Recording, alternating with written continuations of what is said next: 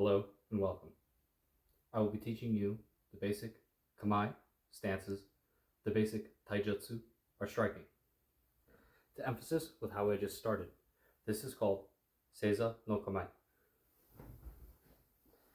So, we will stand up and we will emphasize putting down onto our knees and keeping ourselves on the balls of our feet. See how I squat, bring one knee down, and then the other. Now, you want to put your weight onto your butt. But what we're going to do first is flatten our feet, allowing our legs to make a V shape, allowing us to put our weight on our butt, which should be resting right above our feet, keeping our spine straight. For the opening, we want to put our left hand down first, and then our right. Bow, bringing back the right hand, and then the left hand. This is to signify we are amongst company we are unaware of, or unweary of, or do not really know, as we are putting down our non-weapon hand first, allowing us time, if I was to have a katana here, and I put my hand down and didn't trust him, immediately I could get into action. Don't feel bad for this couch, it's from St. Vincent de Paul. So, I'd go down, my weapon hand is still able to grab, and then down in the bow, in submission to one another, allowing my weapon hand to still come back first, just in case I was to need it. Bringing it back to my lap, bringing this back, ensuring my spine is straight, I can now begin. What I'm going to do is I'm going to bring up my right knee first, putting myself into almost a one knee stance, and then bringing up my other foot. Now to go over the rest of Kamae, I unfortunately needed more room, so there's been a change of scenery. But that will not change what I'm going to teach you. So to start out with this, if you don't have one of these, I'd recommend you go to a store called Menards or Home Depot. You can get these long wooden dowels. They're usually called closet rack curtains or something like that. They're like $4. They're amazing. They will help you a lot with training. If you don't have that, a straight metal bar, such as a weightlifting bar or anything, or even just a broomstick that is straight enough will work. All this helps us with is helping make sure that our footwork is properly, because a lot of this stuff is based off line work, which you will be seeing now. Stance we're going to learn besides Seiza is Shizen.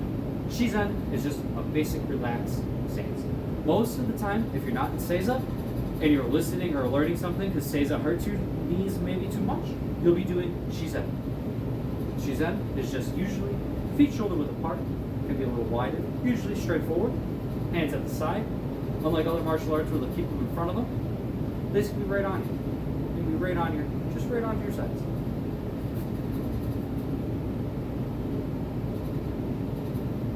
Emphasize and straight back. If you got a pole or anything, or a wall you can go just lean up against, just make sure you got straight back.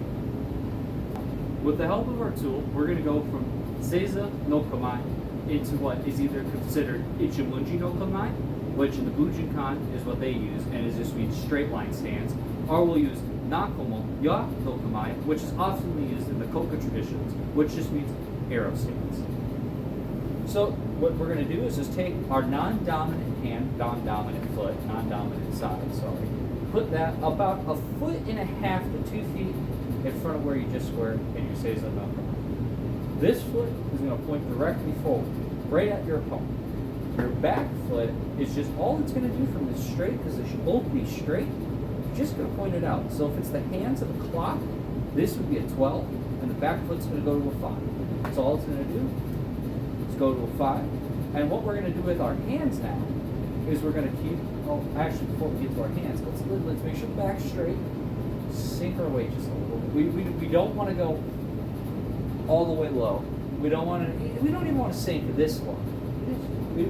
Straight leg, just a little bit. Just want a little bit of that. Nothing crazy. Go to this side, let you see it a little better. Feet up. So my own Okay. We got this. So now what we're going to do with our hands, we're going to stick the left hand straight out in front of us. Just like how I did that here. Like just right over, cover my face. Cover my face. Doing that, just bring it forward. Just right above the shoulder. Or right below the shoulder. Just right below the shoulder. Have your feet in that. Keep them about 2.5-ish feet, 2.5 feet apart from one another. Just allow that. Now, this is Ichimonji no Kama. This is your classic Ichimonji no Kama.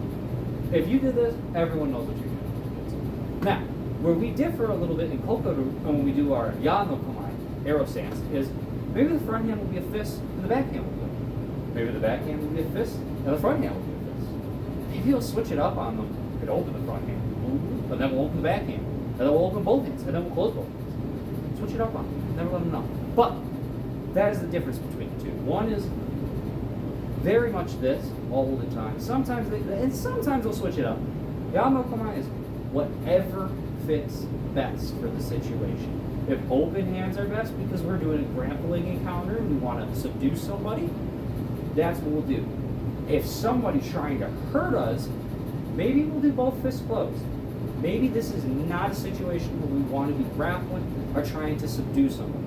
Maybe this calls for extreme violence and then we can get into submissions. So that's just one important thing to remember. So now, we're going to go from Ichara Ya no Kamae into what I would consider one of the easier stances to remember, called. Now, this is called Hoko, small bit, in the Bujinkan. In most Kokaru schools, this is called Yama no Kamae, which means mountain. So, there is literally no difference between them. The only difference I've seen is that sometimes Kokaru will bend in their elbows and keep these up here. Almost like this is like a makeshift high stance on this. But most of them emphasize a wider base. So all we're doing is taking that straight line from here and putting the straight line here. Again, just a little bit of weight sake. Make sure the back and spine is straight. And then up.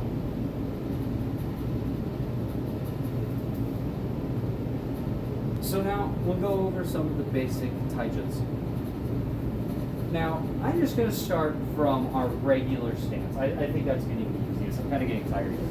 So we're going to start with shute. This is just a basic palm heel strike.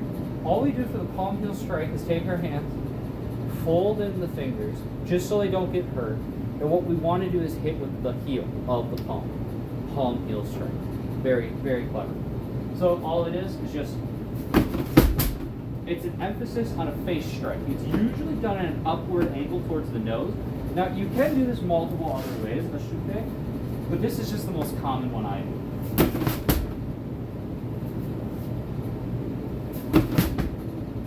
And then you can also do to the sides, just like you're doing a hook. So, and this would hurt actually a lot more, just because you have that flat of the palm going right up against the ear so suddenly. So there might be a ruptured eardrum. Might get lucky with it. Fudoken, just the basic punch. So we're going to teach you Fudoken kata for right now, because it's just the easiest, and that actually will require some movement space. So I'm going to be teaching you the Fudoken kata punch. So do this with both sides, and I'll do it both sides with you. We're just going to start, she's up, standing relaxed. All we're going to do is we're going to bring out our foot in front of us.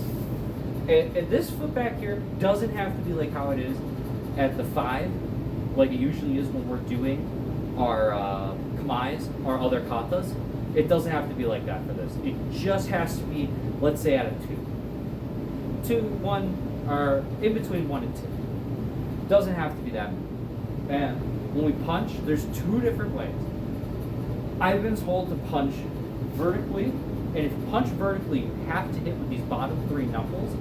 I do not recommend doing that yet until you have conditioned them. You have to condition these to be able to do it. For me to hit things like that, as long as it's soft things like this thing, or like if I'm hitting Bob or my punching bag, those things should be soft enough. If I was to hit a human being, as long as I hit them on soft tissue, my hand would be fine. But let's say I just cracked them right upside the skull with it, I'm breaking my hand.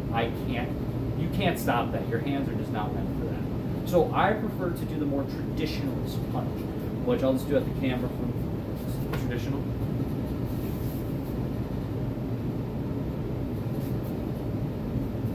So let's do it we'll do it for the front and the back. So.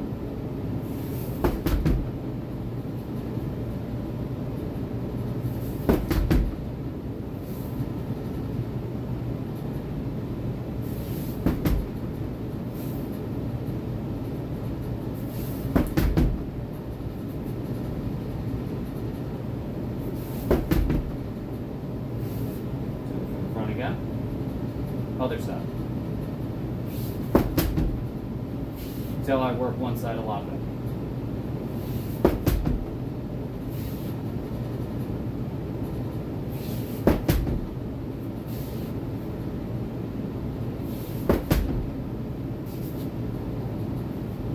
Now, we'll do it from the back.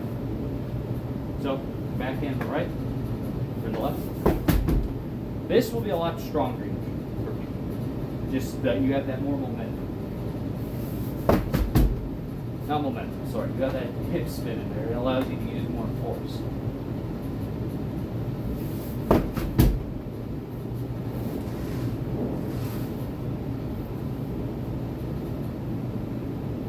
Right away.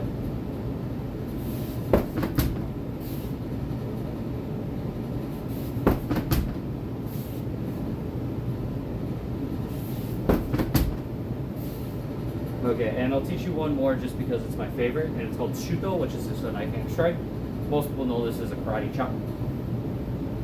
For beginner, I'm only going to teach you one way, which is the diagonal, horizontal.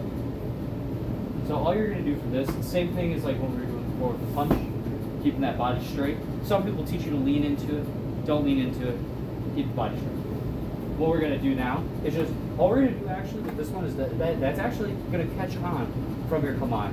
Is we're actually going to go into almost a yama. We're going to go into a yama. Yama is straight, like this. So what we're going to do though that's different is keep the one hand that's supposed to be out here, up by the face for guarding, and this hand that's out here, chop. Now if you hit somebody with this, as long as you don't go right for the throat, you go to the side of the neck, all they're going to really do is, I've been hit with it very lightly, it makes you go, it just shocks that whole side. And I've seen videos where people have hit people really hard with it, and all that happens is you basically get knocked out essentially.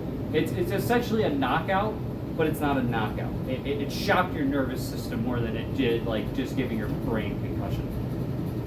So, again, just, now this will help you with your kamae, so.